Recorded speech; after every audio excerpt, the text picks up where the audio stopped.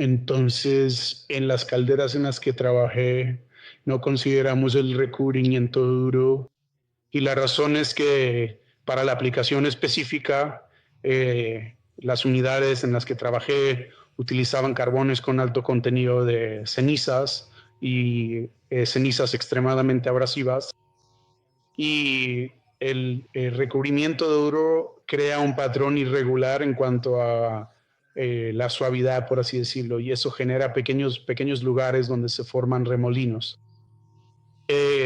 Había áreas en algunas de las calderas en las que trabajé que sí tenían recubrimiento duro y cada año entrábamos y de hecho quitábamos ese recubrimiento duro según la prioridad porque empezaba a hacer surcos en los tubos.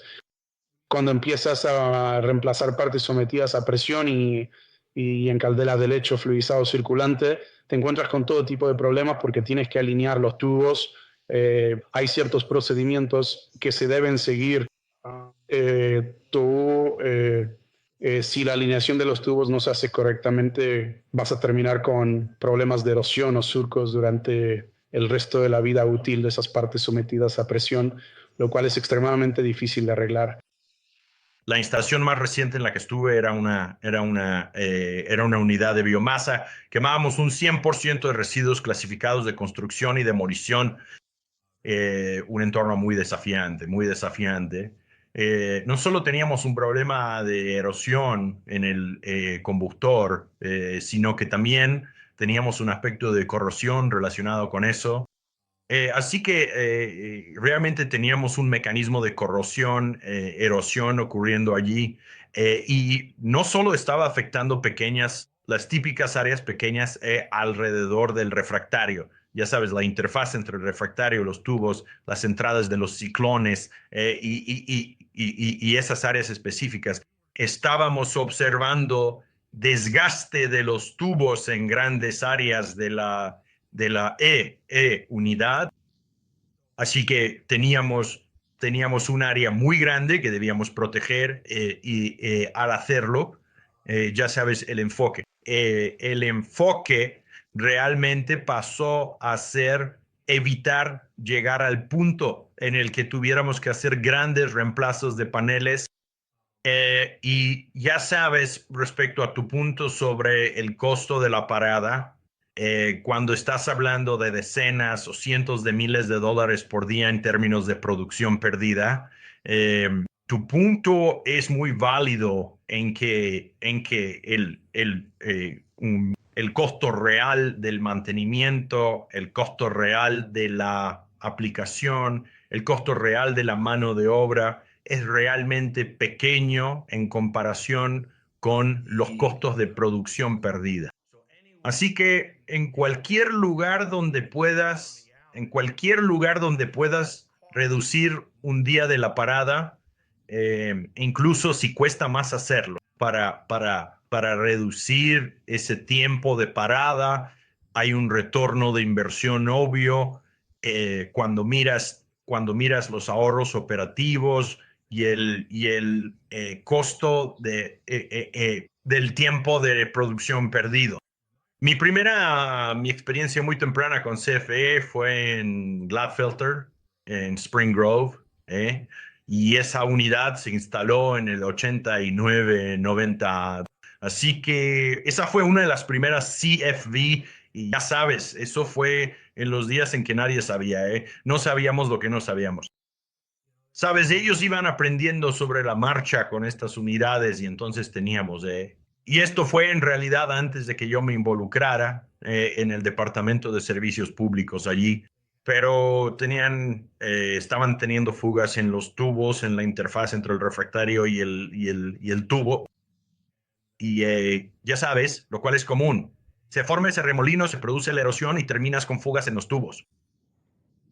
Así que soldaron una superposición de soldadura a unos 2 o 3 pies, desde el refractario hacia arriba. Simplemente hicieron una superposición de soldadura manual alrededor de todo el tubo, pero no hicieron ningún esmerilado ni nivelado. Entonces, lo que eso provocó fue, como puedes imaginar, más fugas en los tubos La aplicación de rociado térmico, si se realiza correctamente y se evalúa y analiza de forma integral, te permite elaborar un plan a largo plazo. Así que puedes evaluar en qué áreas necesitas cobertura, en qué áreas necesitas protección y cuánto tiempo va a durar eso y planificarlo a lo largo de un periodo prolongado, de modo que puedas nivelar tus gastos de mantenimiento con el tiempo, en lugar de dejar que la unidad llegue a un punto en el que tengas que hacer una cantidad significativa de trabajo, desmontar paneles, y tener un gran gasto de capital y una duración de parada extendida en, en varios intervalos durante, ya sabes, en la vida útil de la unidad. Así que la decisión se tomó puramente por cuestiones de presupuesto y no incluyó algunos de los intangibles, ¿verdad? Como por ejemplo el valor de la marca o la percepción del cliente, como, como el historial de la unidad, de contar con personas con experiencia que han trabajado en unidades similares en diferentes instalaciones, con diferentes empresas. Y la mayor diferencia realmente fue el control de calidad. Así que, como mencioné antes, teníamos una especificación muy única. Teníamos, de hecho, ya sabes, múltiples especificaciones, así que diferentes áreas recibieron diferentes grosores de recubrimiento. Y el otro contratista no tenía la capacidad ni el conocimiento para llevar a cabo las medidas de control de calidad adecuadas. Así que yo mismo y otras dos personas tuvimos que desempeñar esa función nosotros mismos. Así que nos encontramos trabajando, cubriendo varios turnos, con jornadas extremadamente largas. Y luego, como no tenían un proceso de aseguramiento de calidad, un proceso de Cuba adecuado para nuestra aplicación, la parada ahí, el, el tiempo de aplicación del recubrimiento térmico se incrementó principalmente porque tuvieron que regresar y hacer reparaciones, remover material y luego reinstalar. Y luego nosotros volvíamos, realizábamos las verificaciones de control de calidad. Eso hizo la vida muy miserable para nosotros durante esa parada. Aunque en el papel ahorramos unas cuantas monedas, yo creo que obtuvimos un producto inferior y uno de los grandes problemas que tuvimos fue realmente la gestión del proyecto. Parecía que el gerente de proyecto no tenía ni idea de lo que estaba pasando dentro de la caldera. Pasaba una cantidad absurda de tiempo dentro de la oficina móvil y yo estaba proporcionando actualizaciones y simplemente parecía que no tenía ningún sentido para él. ¿Sabes? Terminó siendo un proyecto sumamente frustrante, tanto para mí como para el equipo. He observado muchas otras empresas, instalamos en una de las instalaciones donde trabajé, instalamos un panel que tenía una aplicación de un competidor rociada en taller. Un mes después tuvimos una falla en un turo, no en esa área, pero cuando fui a hacer la inspección, ese revestimiento había desaparecido por completo, al 100%. Es decir, ni siquiera podías notar que había sido flameado, que había sido rociado térmicamente en absoluto. Así que ese material obviamente no funcionó. La otra cuestión es simplemente la calidad.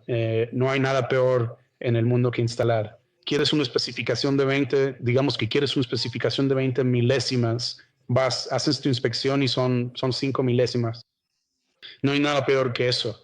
Y ahora tienes que volver a destinar recursos a un área para volver a rociar hasta alcanzar el grosor requerido. Y lo que suele pasar es que en realidad lo rocian de más, así que termina siendo demasiado grueso y ahora tienes que quitar material. Así que terminas persiguiéndote la cola mucho en lo que respecta a la calidad.